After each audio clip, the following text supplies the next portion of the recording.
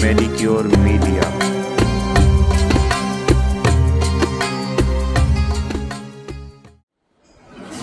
الحمد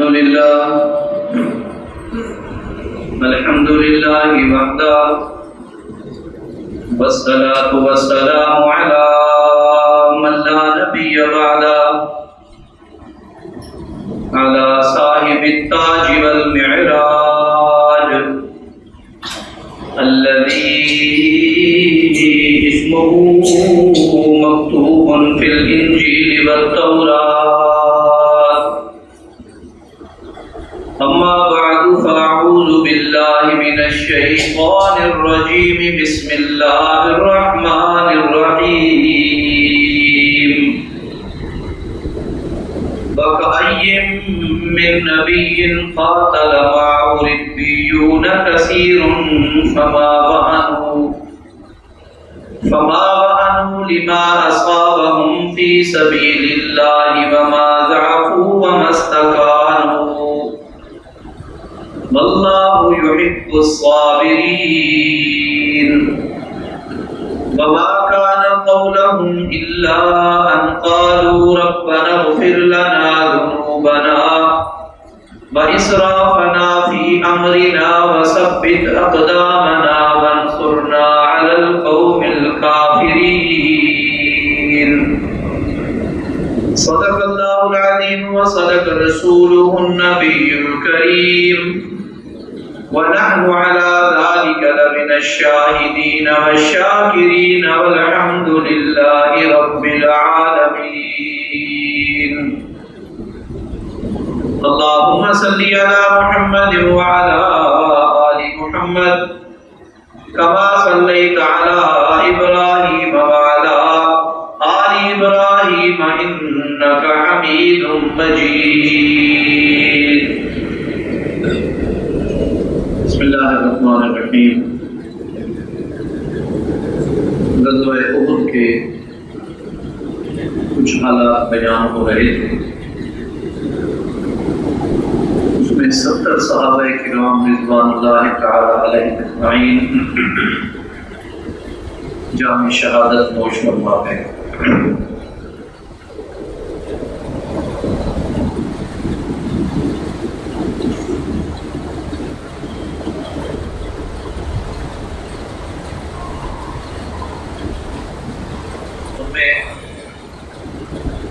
ایک صحابی رسول حضرت امیر حمزہ سید الشہداء نبی علیہ السلام کے نسبی اعتبار سے چچا اور رضائی اعتبار سے بھائی، ان کا میں نے کچھ ذکر کیا تھا۔ نبی علیہ السلام کے ایک صحابی حضرت عبداللہ بن جحش رضی اللہ تعالیٰ عنہ، ان کے متعلق کچھ عرض کرنے کا ارادہ ہے۔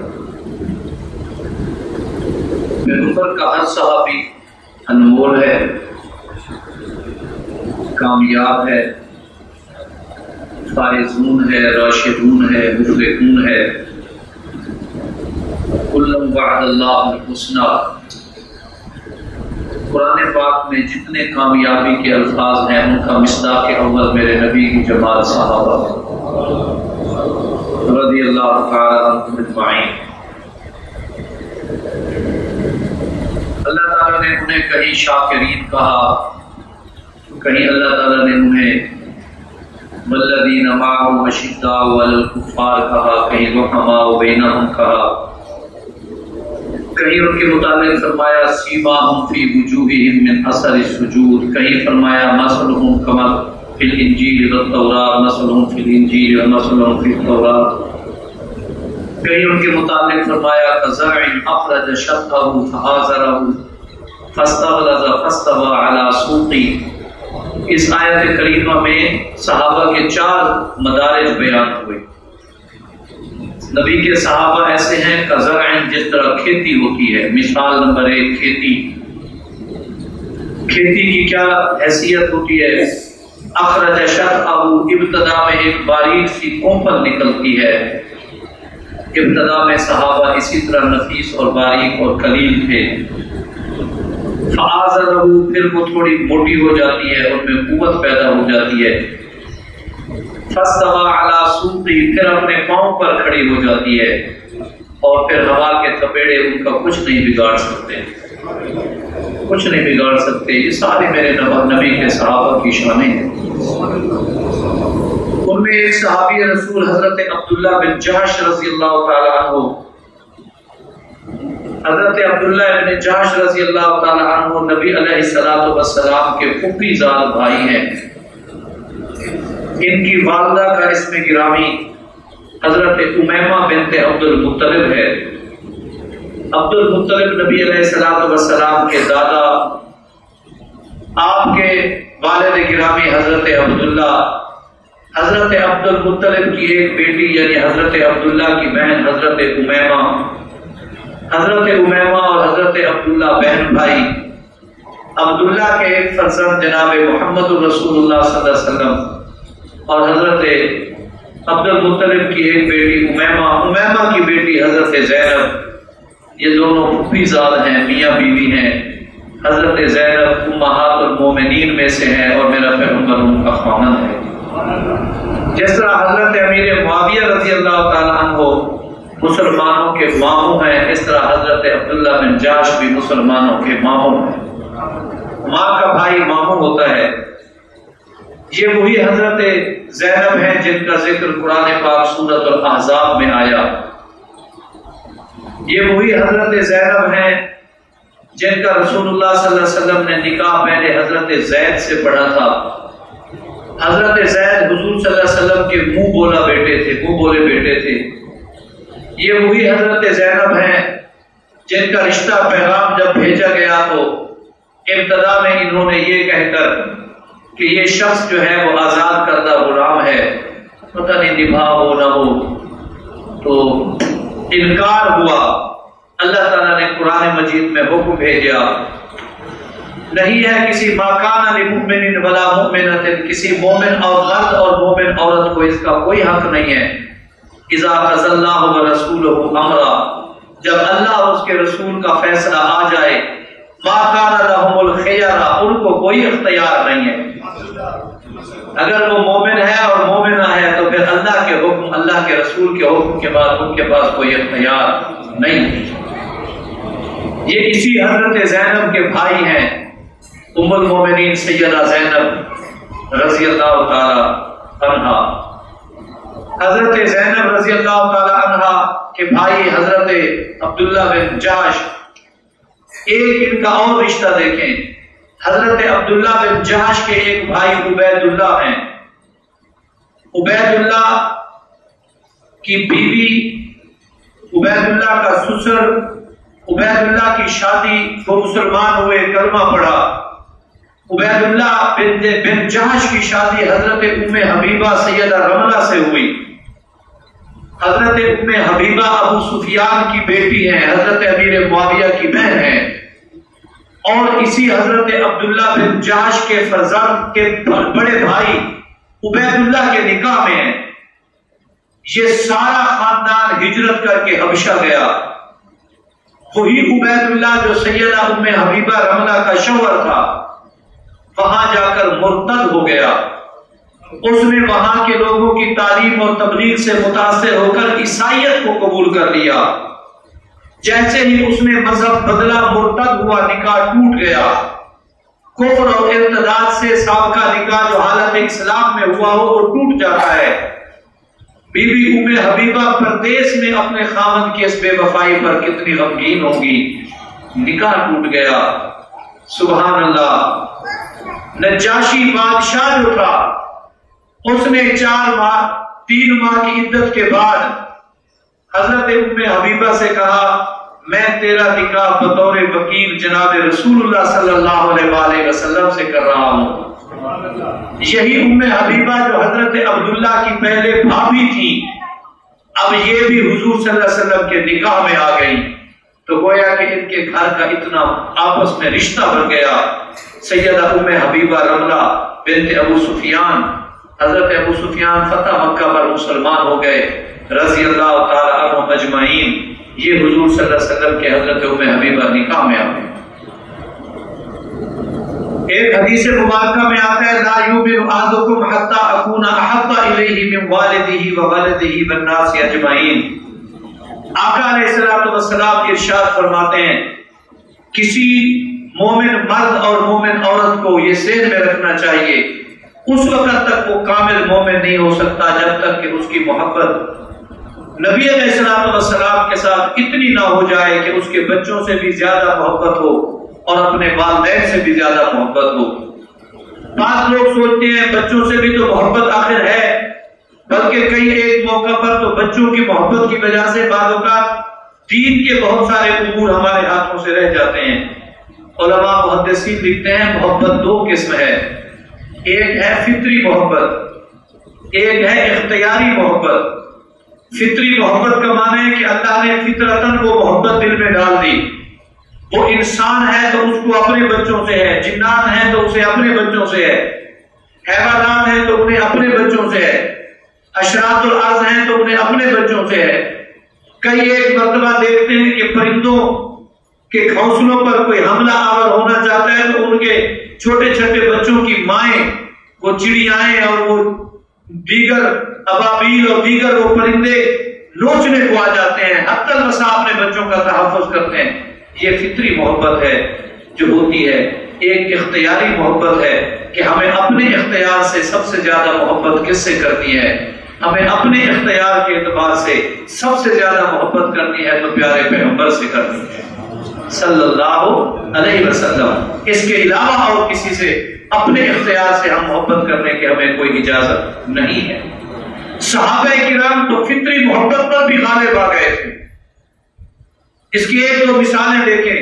حضرت عمر رضی اللہ تعالیٰ عنہ بدر کے قیدیوں پر مشاورت کر رہے ہیں کہ کیا کیا جائے۔ دیگر صحابہ کبار رضوان اللہ تعالیٰ علیہ مجمعین موجود ہیں۔ کوئی صحابی فرماتے ہیں ان قیدیوں سے رقم لے کر ان کو چھوڑ دیں، مسلمانوں کی معاشی حالت مضبوط ہو جائے گی، مارے نہیں۔ کوئی صحابی کہتے ہیں ان سے تلواریں لے لیں، ہماری دفاعی حالت مضبوط ہو جائے گی، ان کو چھوڑ دیں۔ کوئی ان سے کسی چیز کا مطالبہ کر رہا ہے، کوئی کسی چیز کا۔ حضرت عمر رضی اللہ تعالیٰ عنہ وہاں محفل میں موجود تھے۔ آپ کو پتہ ہے انہوں نے کیا مشورہ دیا؟ انہوں نے کہا اللہ کے نبی چھوڑے، تلواریں بھی اللہ دے دے گا، مال بھی اللہ دے دے گا۔ یہ سارے مکے کے کافر ہماری جان کے دشمن بن کے آئے تھے، اب پکڑے گئے ہیں۔ ایسا کریں ان کو قتل کر دیں، اور قتل بھی کس انداز میں کریں؟ ہم میں سے جو جس کا رشتہ دار ہے اس کے حوالے کرے، وہ رشتہ دار اس کو قتل کرے، اور میرا ماموں اس میں آیا ہوا ہے وہ میرے حوالے کرے، میں بھانجا ہونے کے باوجود اس کا سر قلم کر کے دنیا کو بتا دوں گا۔ فطری محبت ماموں اور بھانجے کی بے شک اپنی تھی، لیکن اختیاری محبت یہ ہے ماموں بھی نبی کی راہ میں آئے گا تو سر کاٹ دیا جائے گا، سر کو کاٹ دیا جائے گا۔ فطری محبت کا ہونا اور بات ہے۔ ایک اور مثال انہی کا تذکرہ جن کا میں ذکر خیر چھیڑے بیٹھا ہوں، سیدہ ام حبیبہ رملہ رضی اللہ تعالی عنہ زوجہ محترمہ ہیں، ام المومنین ہیں۔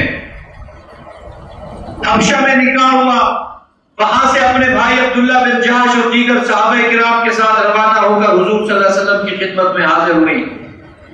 کچھ دنوں بعد والد ابو سفیان جنہوں نے ابھی کلمہ نہیں پڑھا، وہ اپنی بیٹی کو ملنے مدینے آ گیا۔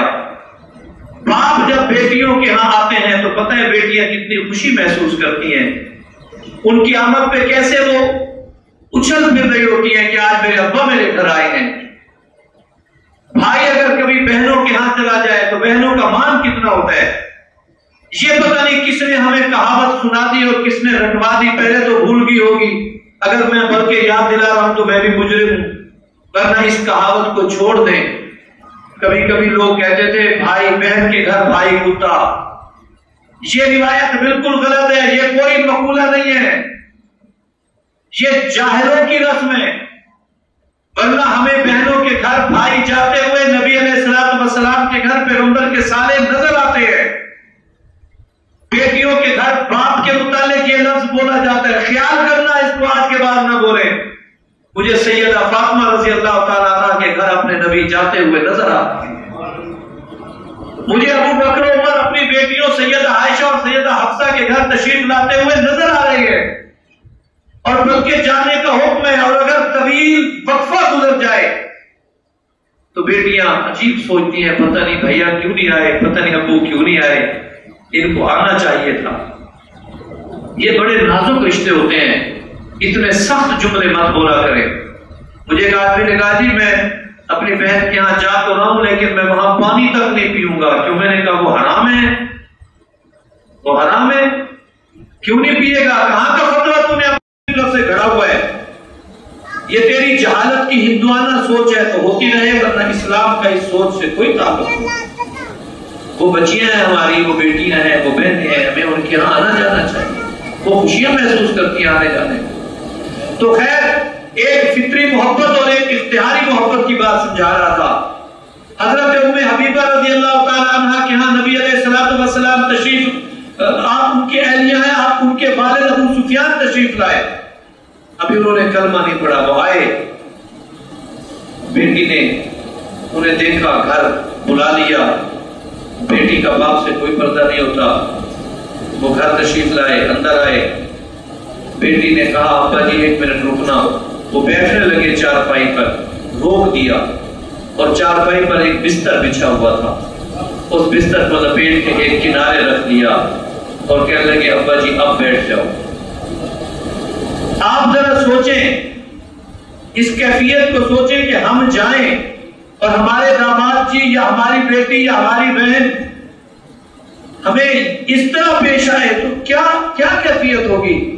اس نے کہا بیٹی یہ کیا طرز ہے، یہ کیا طریقہ ہے، میں اتنی دور سے تجھے ملنے آیا ہوں اور باپ تیرے گھر آیا ہے، میں تو یہ سمجھا تھا کہ تو الٹا اس سے کوئی اچھا بہتر بستر اٹھا کے بچھانا چاہتی ہے، شاید یہ تو معمول کا ہے، کوئی خصوصی بستر بچھنے لگا ہوگا۔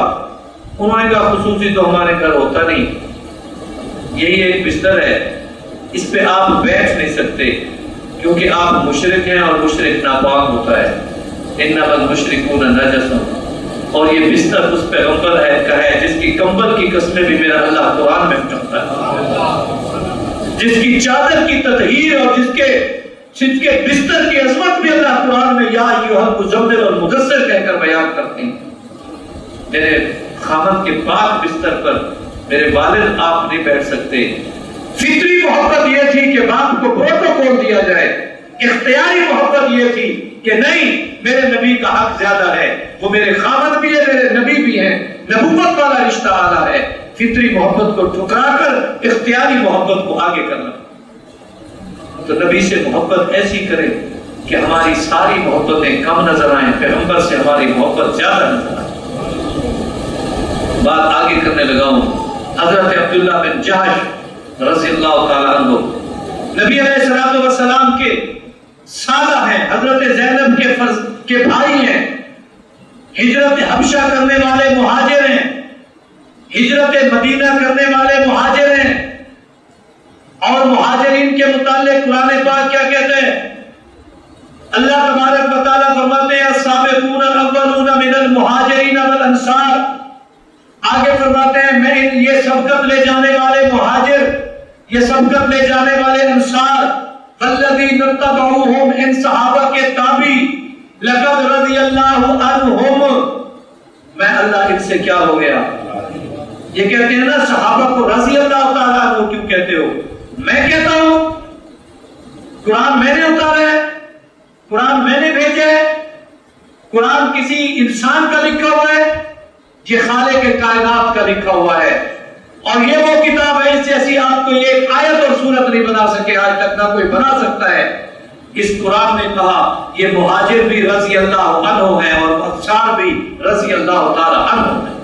یہ تو میرے اللہ نے سرٹیفکیٹ دیا ہے، یہ تو میرے رب نے کہا ہے۔ حضرت عبداللہ بن جہش رضی اللہ تعالیٰ عنہ عہد میں، بدر میں نبی پاک صلی اللہ علیہ وسلم کے ساتھ تھے، خوب جاں فشانی کے ساتھ مقابلہ کیا، عہد میں ساتھ تھے، اتنا لڑے کفار کے خلاف کہ حضرت عبداللہ بن جہش کی تلوار ٹوٹ گئی، دھات کی بنی وہ تلوار کافروں کی کھوپڑیاں اڑاتے اڑاتے ٹوٹ گئی، کافروں کی تلواروں سے ٹکراتے ٹکراتے ٹوٹ گئی۔ میرے پیغمبر کا معجزہ دیکھیں، ہم پیغمبر کے معجزوں کو مانتے ہیں اور یہ حق ہے۔ علماء اہل سنت، علماء دیوبند نبی علیہ السلام کے معجزات کو بھی مانتے ہیں اور اولیاء کرام کی کرامات کو بھی مانتے ہیں۔ نبی کا معجزہ مان کر نبی کو نبی مانتے ہیں، خدا نہیں کہتے۔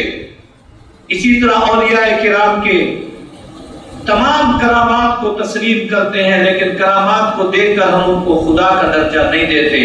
نبی معجزات کے باوجود بھی نبی ہے اور ولی کرامات کے باوجود بھی نبی ہے۔ اللہ کا جو حق ہے وہ سب سے اعلیٰ اور شان والا ہے، وہ شان والا ہے۔ نبی علیہ السلام نے حضرت عبداللہ بن جحش رضی اللہ تعالیٰ عنہ کو دیکھا کہ ان کی تلوار ٹوٹ گئی ہے۔ آپ نے اب اس موقع پر کوئی ایسا انتظام نہیں ہو سکتا تھا کہ کوئی اور تلوار ایکسٹرا موجود ہو، اضافی، کہ اگر کوئی تلوار کی دھار ختم ہو جائے یا کوئی ٹوٹ جائے تو کوئی اور تلوار لائی جائے۔ یہ تلوار وہاں موجود ہے اور موجود نہیں تھی۔ آپ کے پاس کھجور کی ایک چھڑی موجود تھی۔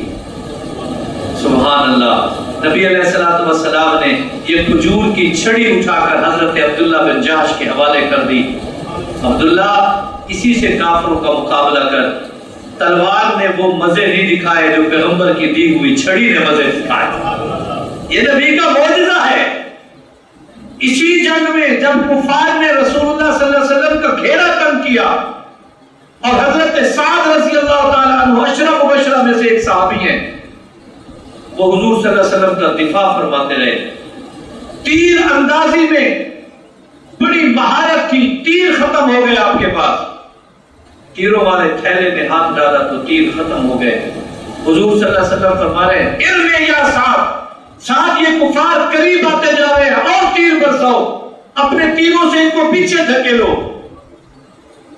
تیروں سے پیچھے دھکیلو، ان کو نیزوں سے پیچھے دھکیلو، پیچھے ہو جائیں گے یہ، مارو ان کو۔ حضرت سعد رضی اللہ تعالیٰ عنہ تیروں کے نہ ہونے کی وجہ سے مایوس کھڑے ہیں۔ اللہ کے نبی، میرے پاس تو تیر ختم ہو گئے۔ ہاں، میرے نبی کا معجزہ دیکھیں۔ فرمانے لگے، سعد تو کمان سیدھی کر۔ نیچے سے کنکر اٹھا کے سعد کو دیا، پکڑ۔ جی کمان میں کنکر کیسے رکھا جائے گا؟ کنکر کے لیے تو ہنیل ہوتی ہے، کنکر کے لیے کمان تو نہیں ہوتی۔ فرمایا، سعد یہ پکڑ۔ حضرت سعد نے جیسے ہی پیغمبر کے ہاتھوں سے، مبارک ہاتھوں سے، نبی علیہ السلام کے مبارک ہاتھوں سے وہ کنکر لیا۔ پیغمبر کے ہاتھوں میں کنکر تھا، آپ کے معجزے کی برکت سے جب حضرت سعد کے ہاتھ میں آیا تو وہ تیر بنتا چلا گیا۔ تنکا اٹھا کے دیا تیر، کنکر اٹھا کے دیا تیر، پتھر اٹھا کے دیا تیر، اور حضرت سعد تیر برساتے رہے اور کافروں کو پیچھے دھکیلتے رہے۔ ایک جملہ نبی علیہ السلام نے حضرت سعد کی اس جواں مردی اور محنت پر بولا تھا۔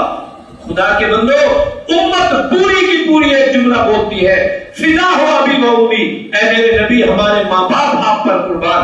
ابو بکر کی تاریخ سیرت طیبہ کو دیکھیں، رضی اللہ تعالیٰ عنہ، وہ کہتے نظر آئیں گے، اے حضور صلی اللہ علیہ وسلم میرے ماں باپ آپ پر قربان۔ حضرت عمر فرماتے نظر آئیں گے، میرے ماں باپ آپ پر قربان۔ حضرت عثمان فرماتے نظر آئیں گے، میرے ماں باپ آپ پر قربان۔ سیدنا علی فرماتے نظر آئیں گے، سارے صحابہ یہ جملہ فرمائیں گے، سارے صحابیات یہ فرمائیں گی، لوگوں نے ماں باپ پیغمبر پر نچھاور کر دیے۔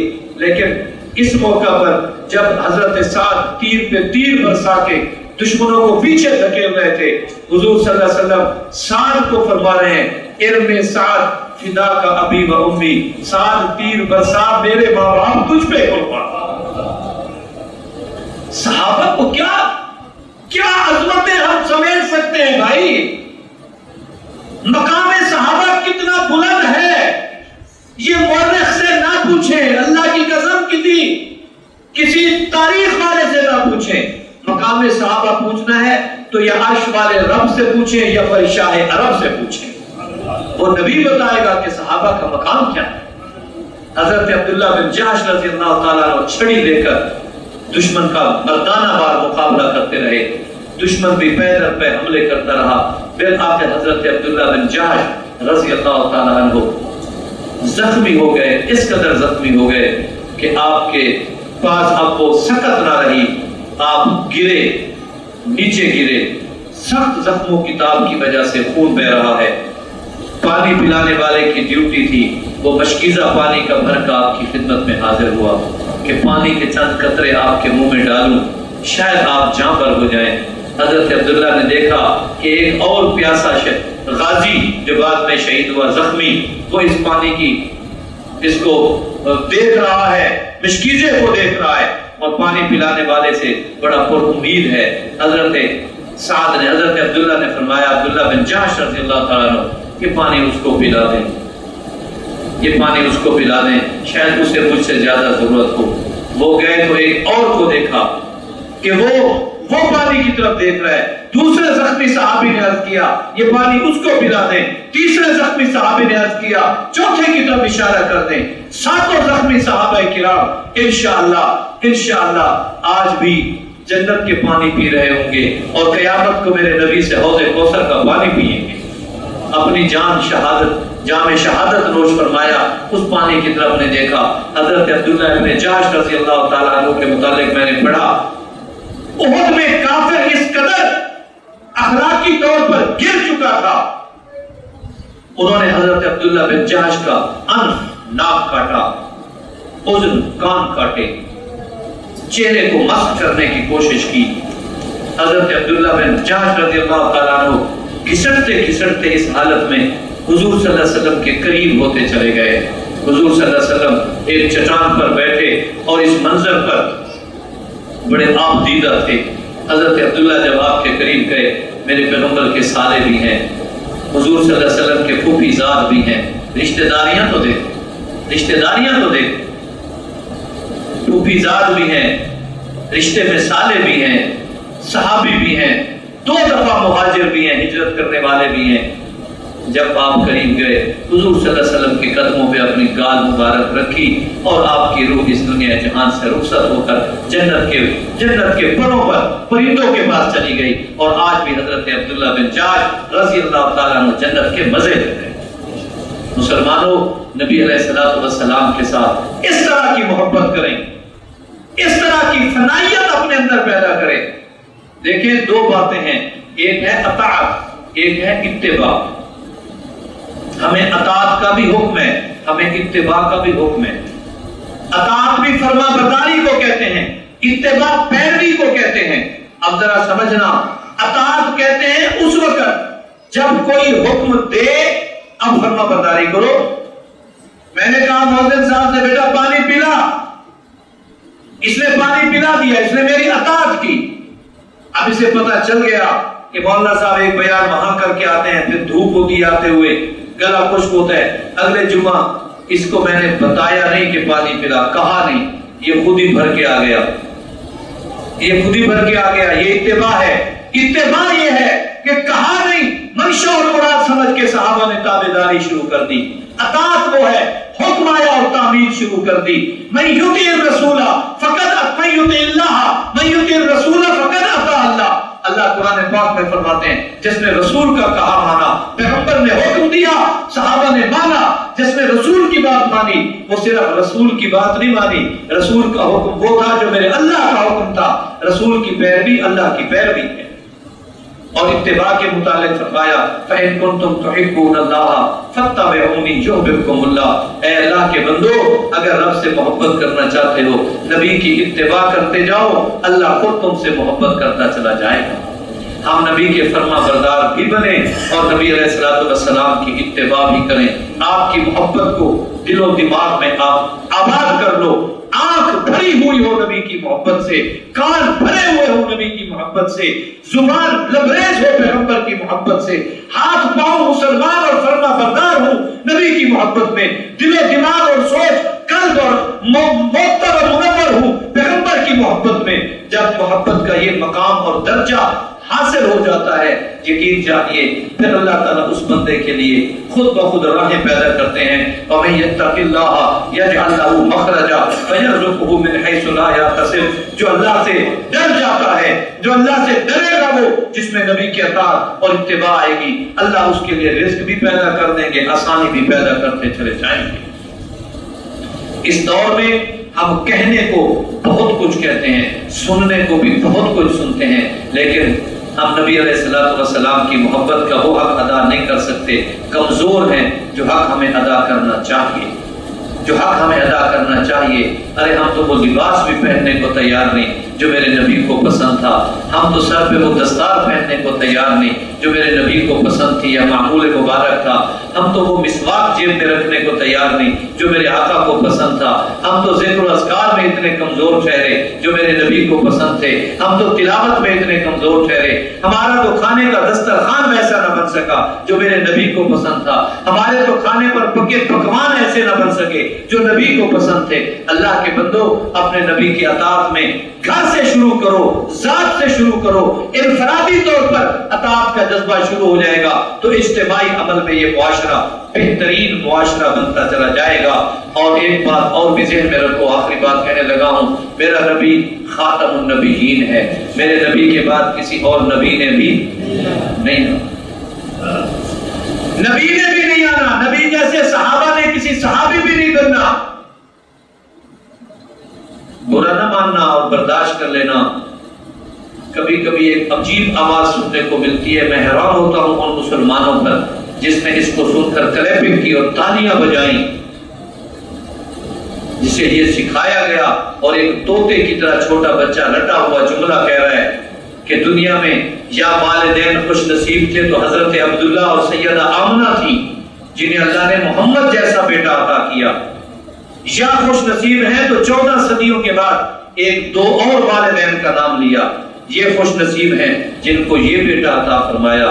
ایمانداری سے بتاؤ، سیاسی وابستگی چھوڑ کر بتاؤ، مسلکی تعصب کو چھوڑ کر بتاؤ، یا صرف نبی کے غلام بن کر بتاؤ، حضرت عبداللہ کے بعد حضرت حسن کی اماں کا کیا درجہ رہا، حضرت آمنہ کے بعد حضرت ابو بکر کو جننے والی کا درجہ وہ بھی زیرو کر دی گئی، حضرت عمر کی والدہ بھی زیرو کر دی گئی، حضرت عثمان و علی کی والدہ بھی زیرو کر دی گئی، حسنین کریمین کی والدہ جو فاطمہ جنت کی خاتون جنت ہیں اور خاتون کے جنت کی سردار ہے خاتون جنت کی، وہ بھی زیرو کر دی گئی۔ میرے امام بخاری کی والدہ کا کیا بنا، میرے امام اعظم ابو حنیفہ کی والدین کا کیا بنا، حضرت امام شافعی کے والدین کا کیا بنا، بتاؤ شیخ احمد سرہندی کے والدین کا کیا بنا، نسل در نسل دین کو پھیلانے والے شاہ ولی اللہ خاندان کے والدین کا کیا بنا، ارے ان اکابر کے والدین کا کیا بنا۔ اگر یہ سارے خوش نصیب نہیں اور یہ خوش نصیب ہیں، ہم اس سیاست کو بھی مسترد کرتے ہیں، اس نظریے کو بھی مسترد کرتے ہیں، میرے نبی جیسا بھی کوئی نہیں، نبی کے صحابہ جیسا بھی کوئی نہیں۔ یار یہ کوئی بات ہے، یہ کوئی جذباتیت ہے، یہ کوئی وابستگی ہے؟ کوئی بندہ ہاتھ میں رہے، مثال دینی ہے تو کسی سیاسی لیڈر کی دو، مثال دینی ہے کسی جنگی جرنیل کی دو، مثال دینی ہے کسی قومی ہیرو کی دو، سیدھا پیغمبر پہ پہنچ جاتے ہیں، سیدھا صحابہ پہ پہنچ جاتے ہیں، سیدھا اہل بیت پہ پہنچ جاتے ہیں۔